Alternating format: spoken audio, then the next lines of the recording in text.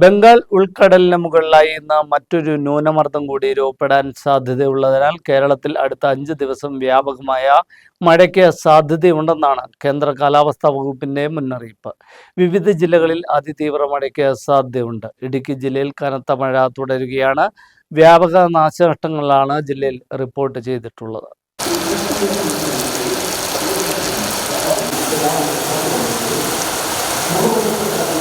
കേരളത്തിൽ അതിതീവ്രമായ മഴ തുടരുമെന്നാണ് കേന്ദ്ര കാലാവസ്ഥാ വകുപ്പിന്റെ മുന്നറിയിപ്പ്.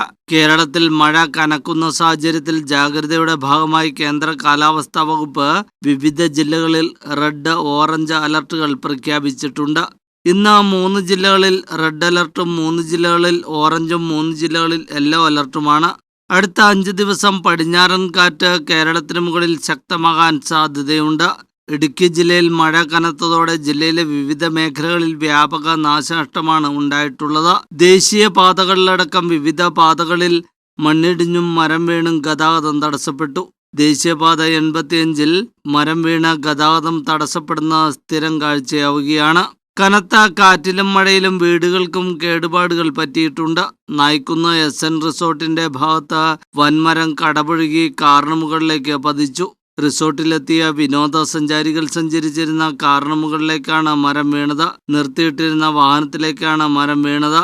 വൈദ്യുതി ലൈനുകൾക്കും സാരമായ കേടുപാടുകൾ സംഭവിച്ചിട്ടുണ്ട്. കല്ലാർ മാങ്കുളം റോഡിൽ തിങ്കളാഴ്ച രാത്രിയിൽ ശക്തമായ കാറ്റിലും മഴയിലും 5-ലധികം സ്ഥലത്ത് മരം കടപുഴകി വീണു. രാത്രി ഗതാഗതം തടസ്സപ്പെട്ടു. രാവിലെയോടെ മരങ്ങൾ വെട്ടിമാറ്റിയാണ് ഗതാഗതം പുനഃസ്ഥാപിച്ചത്. കഴിഞ്ഞ ദിവസം തൊടുപുഴ പുളിയന്മല സംസ്ഥാനപാതയിൽ മണ്ണിടിഞ്ഞു. മൂലമറ്റത്തിനും കുളമാവിനും ഇടയ്ക്ക് കരിപ്പിലങ്ങാടാണ് മണ്ണിടിഞ്ഞത്. മൺസൂൺ തുടങ്ങി ദിവസങ്ങൾ മാത്രം പിന്നിടുമ്പോഴാണ് വിവിധ ഇടങ്ങളിൽ മഴക്കെടുതികൾ റിപ്പോർട്ട് ചെയ്യുന്ന. കട്ടപ്പന നഗരസഭയിലും സമീപ പ്രദേശങ്ങളിലും ശക്തമായ മഴയാണ് ഏതാനും ദിവസങ്ങളായി ലഭിക്കുന്നത്.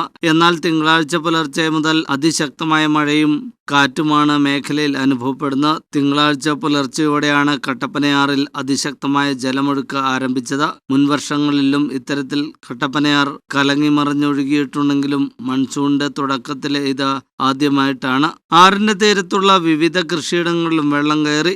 ശക്തമായ കാറ്റിൽ വിവിധയിടങ്ങളിലാണ് മരങ്ങൾ കടപുഴകി വീഴുകയും മരച്ചില്ലകൾ ഒടിഞ്ഞു വീഴുകയും ചെയ്തിരിക്കുന്നത്. അടിമാലി കുമളി ദേശീയപാതയിൽ കരിമ്പാനിപ്പടി ബൈപ്പാസ് റോഡിന് സമീപത്തും ചപ്പാത്തിലും ഭീമൻ മരങ്ങൾ ഒടിഞ്ഞു വീണ് ഗതാഗതം തടസ്സപ്പെട്ടു. ഫയർഫോഴ്സ് എത്തിയാണ് ഇവ നീക്കം ചെയ്ത് ഗതാഗതം പുനഃസ്ഥാപിച്ചത്. കട്ടപ്പന നഗരസഭയിൽ 24 മണിക്കൂർ പ്രവർത്തിക്കുന്ന കൺട്രോൾ റൂം പ്രവർത്തനം ആരംഭിച്ചിട്ടുണ്ട്. വേണ്ട മുൻകരുതലുകൾ ഒരുക്കിയിട്ടുണ്ടെന്ന് നഗരസഭാ അധികൃതർ വ്യക്തമാക്കി.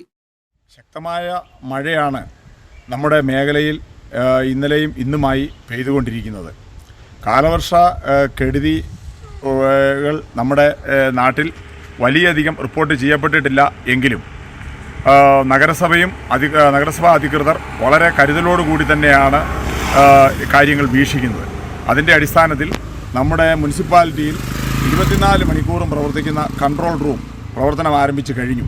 നമ്മുടെ മുനിസിപ്പാലിറ്റിയുടെ 34 വാർഡുകളിൽ എവിടെയെങ്കിലും കാലവർഷ കെടുതികൾ ഉണ്ടായാൽ അപ്പോൾ തന്നെ നമ്മുടെ കൺട്രോൾ റൂമുമായി ബന്ധപ്പെടേണ്ടതാണ്. ഇരട്ടയാർ ഈട്ടിത്തോപ്പിലും വിടിക്കാമറ്റത്തും മരങ്ങൾ കടപുഴകി റോഡിലേക്ക് വീണ് ഗതാഗതം തടസ്സപ്പെട്ടിരുന്നു. ഇടിഞ്ഞമലയിൽ വൈദ്യുത പോസ്റ്റ് ഓട്ടോറിക്ഷയുടെ മുകളിലേക്ക് പതിച്ച അപകടവുമുണ്ടായി. ശക്തമായ കാറ്റാണ് മേഖലയിൽ അനുഭവപ്പെടുന്നത്. അതിനിടെ അണക്കെട്ടുകളിലേക്കുള്ള നീരൊഴുക്കും വർദ്ധിച്ചു.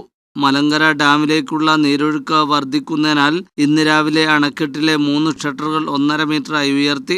നിലവിൽ 1 മീറ്ററാണ് ഉയർത്തിയിട്ടുള്ളത്. മൂവാറ്റുപുഴ, തൊടുപുഴ നദികളിലെ കരകളിലുള്ളവർ ജാഗ്രത പുലർത്തണമെന്ന് അധികൃതർ അറിയിച്ചു. കൂടാതെ ജില്ലയിലെ ജലാശയങ്ങളിലും ജലനിരപ്പ് ഉയരുകയാണ്. നദികളിലെയും ജലനിരപ്പ് ഉയർന്നിട്ടുണ്ട്.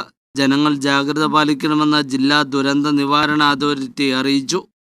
എഴുകുംവയൽ വെട്ടിക്കാമറ്റം റോഡിൽ മഴവെള്ളപ്പാച്ചിലിൽ ഗർത്തം രൂപപ്പെട്ടു. എഴുകുംവയൽ പുത്തൂർ PDക്ക് സമീപം സ്വകാര്യ കമ്പനി ഫൈബർ കേബിളിനായി എടുത്ത കുഴിയിലൂടെ വെള്ളം കുത്തിയൊലിച്ചെത്തിയതാണ് ഗർത്തം രൂപപ്പെടുവാൻ കാരണം. ഇതോടുകൂടി റോഡും അപകട ഭീഷണിയിലായി. കാലങ്ങളിലെ കാത്തിരിപ്പിനൊടുവിലാണ് റോഡ് യാഥാർത്ഥ്യമായത്. റോഡ് നശിച്ചാൽ ആയിരക്കണക്കിന് കുടുംബങ്ങൾ വീണ്ടും ദുരിതയാത്ര നയിക്കേണ്ടി വരും. കൊച്ചി ധനുഷ്കോടി ദേശീയപാതയിൽ മൂലത്തറയിൽ മരം വീണ് ഗതാഗതം തടസ്സപ്പെട്ടു.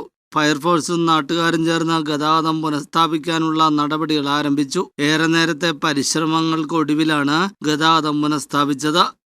വിവിധ ബ്യൂറോകളോടൊപ്പം ന്യൂസ് ഡെസ്ക് മീഡിയ നെറ്റ്.